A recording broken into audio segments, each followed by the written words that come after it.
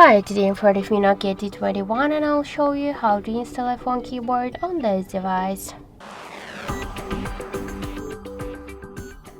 So let's first open the Play Store application and then in the search pool enter the green Apple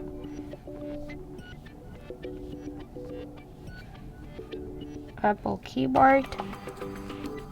And now we should get this application. That's why tap to install and wait a couple of seconds. After that, tap to open the app and click to enable in settings. Now just near green Apple keyboard, tap once on the switch or click twice to OK and go back. After that, click to switch input method and switch your currently keyboard to the green Apple keyboard. So now it's finished. So let's just see the new look of the keyboard, and we can see that it's so close to the iPhone 1 as all of these emojis. So that's it, thank you for watching, and if you find this video helpful, don't forget to leave a like, comment and to subscribe our channel.